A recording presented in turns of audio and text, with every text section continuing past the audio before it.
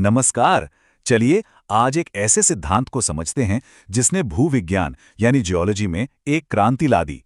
Plate tectonics ये वो कहानी है जो बताती है कि हमारे महाद्वीप कैसे चलते हैं, पहाड़ आसमान तक कैसे पहुंच जाते हैं और क्यों कभी-कभी धरती हमारे पैरों के नीचे कांप उठती है। अच्छा, इस पूरी बात की शुरुआत एक सवाल से करते हैं। कभी सोचा है कि जापान जैसी जगहों पर इतने विनाशकारी भूकंप क्यों आते हैं, जबकि ब्राजील जैसा इलाका वो आमतौर पर शांत रहता है? इसका जवाब दरअसल धरती की सतह के नीचे छिपी एक जबरदस्त ताकत में है और उसी का नाम है प्लेट टेक्टोनिक्स। तो आज के सफर में हम 5 पड़ावों से गुजरेंगे।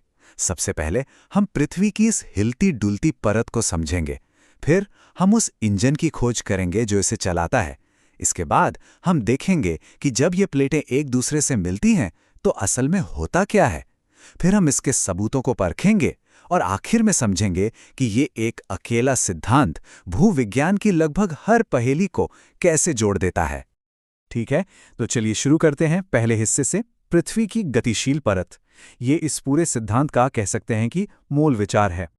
तो ये प्लेट टेक्टोनिक्स आखिर है क्या? देखिए, आसान शब्दों में कहें तो यह सिद्धांत बताता है कि पृथ्वी की सबसे बाहरी कठोर परत, जिसे लिथोस्फीयर कहते हैं, यानी हमारी जमीन और महासागरों के नीचे की चट्टान, वो कोई एक ठोस टुकड़ा नहीं है। नहीं, वो पहेली के बड़े बड़े टुकड़ों की तरह है और इन्हीं टुकड़ों को हम टेक्टोनिक प्लेट्स कहते हैं। इसको समझने का सबसे आसान तरीका है एक टूटे हुए अंडे की कल्पना करना। जैसे अंडे का छिलका कई टुकड़ों में टूट जाता है ना? ठीक वैसे ही हमारी पृथ्वी की सतह भी इन विशाल प्लेटों में बटी हुई है। और सबसे जरूरी बात, ये टुकड़े अपनी जगह पर रुके हुए नहीं हैं, ये लगातार हिल रहे हैं। अब सवाल ये उठता है कि भाई, अरबों खरबों टन वजनी ये विशाल प्लेटें आखिर हिलती कैसे हैं? इन्हें चला कौन रहा है? तो चलिए दूसरे भाग में इसके पीछे के इंजन को समझते हैं। इसका जवाब है मेंटल संवहन। अब ये क्या चीज है? सोचिए, जैसे आप किसी बर्तन में पानी उबाल रहे हों। पृथ्वी का जो बेहद गर्म कोर है वो अपने ऊपर की मेंटल परत की चट्टानों को गर्म करता है। ये पिघली हुई चट्टानें हल्की होकर ऊपर उठती हैं, फिर सतह के पास आकर ठंडी होती हैं, भारी हो जाती हैं और फिर वापस नीचे डूब जाती हैं। ये करोड़ों सालों से चल रहा एक विशाल, बहुत ही धीमा चक्र है जो अपने ऊपर तैर रही प्लेटों को एक कन्वेयर बेल्ट की तरह अपने साथ खींचता रहता है। तो अब हम जानते हैं कि प्लेटें क्या हैं और वो क्यों चलती हैं। अब देखते हैं कि जब ये चलती फिरती प्लेटें एक दूसरे से टकराती हैं तब क्या होता है। असल में यहीं पर होता है सारा एक्शन। मोटे तौर पर देखें तो ये प्लेटें 3 तरह से एक दूसरे से मिलती हैं। या तो वो एक दूसरे की तरफ बढ़ती हैं, या एक दूसरे से दूर जाती हैं, या फिर एक दूसरे के बगल से खिसक जाती हैं।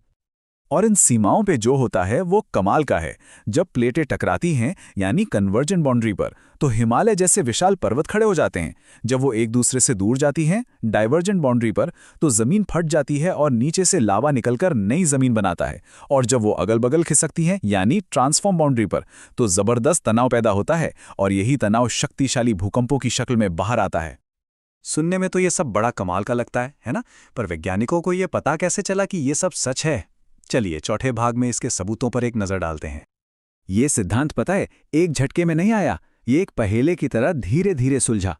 इसकी शुरुआत हुई 1912 में, जब अल्फ्रेड वेगेनर ने कॉन्टिनेंटल ड्रिफ्ट का आइडिया दिया।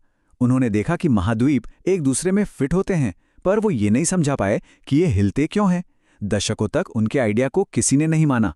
फिर 1960 के दशक में समुद्र के नीचे नई जमीन बनने की खोज हुई और वो इस पहेली का आखिरी टुकड़ा साबित हुई।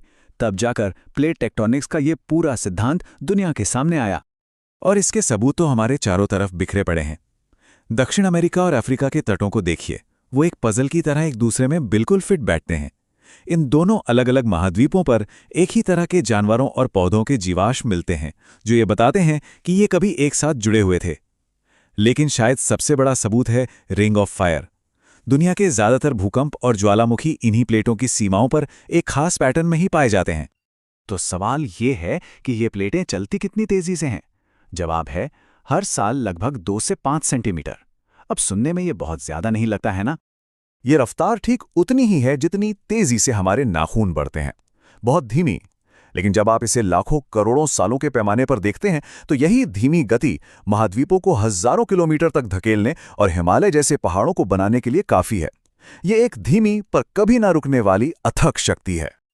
और अब हम आते हैं अपने आखिरी और सबसे अहम हिस्से पर कि आखिर ये सिद्धांत इतना जरूरी क्यों है। प्लेट टेक्टोनिक्स सिर्फ कोई एक थ्योरी नहीं है, इसे भूविज्ञान की ग्रैंड यूनिफाइंग थ्योरी यानी एक महान सबको जोड़ने वाला सिद्धांत कहते हैं। क्यों?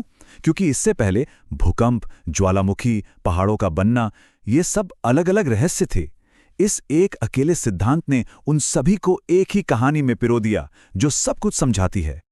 बिल्कुल, जैसा कि ये लाइन कहती है, इसने हमें एक ऐसा फ्रेमवर्क दिया है, एक ऐसा चश्मा दिया है जिससे हम न सिर्फ ये समझ सकते हैं कि हमारा ग्रह आज ऐसा क्यों है, बल्कि ये भी जान सकते हैं कि ये अतीत में कैसा था और भविष्य में कैसा दिखेगा। तो चलिए इस विचार के साथ इसे समाप्त करते हैं, ये जानते हुए कि ये प्लेटें लगातार हिल रही हैं, एक दूसरे से दूर जा रही हैं, टकरा रही हैं। जरा सोचिए, आज से लाखों साल बाद हमारी पृथ्वी का नक्शा कैसा होगा। ये एक बहुत धीमी प्रक्रिया है, लेकिन ये हमारे ग्रह के चेहरे को लगातार बिना रुके एक नया आकार दे रही है।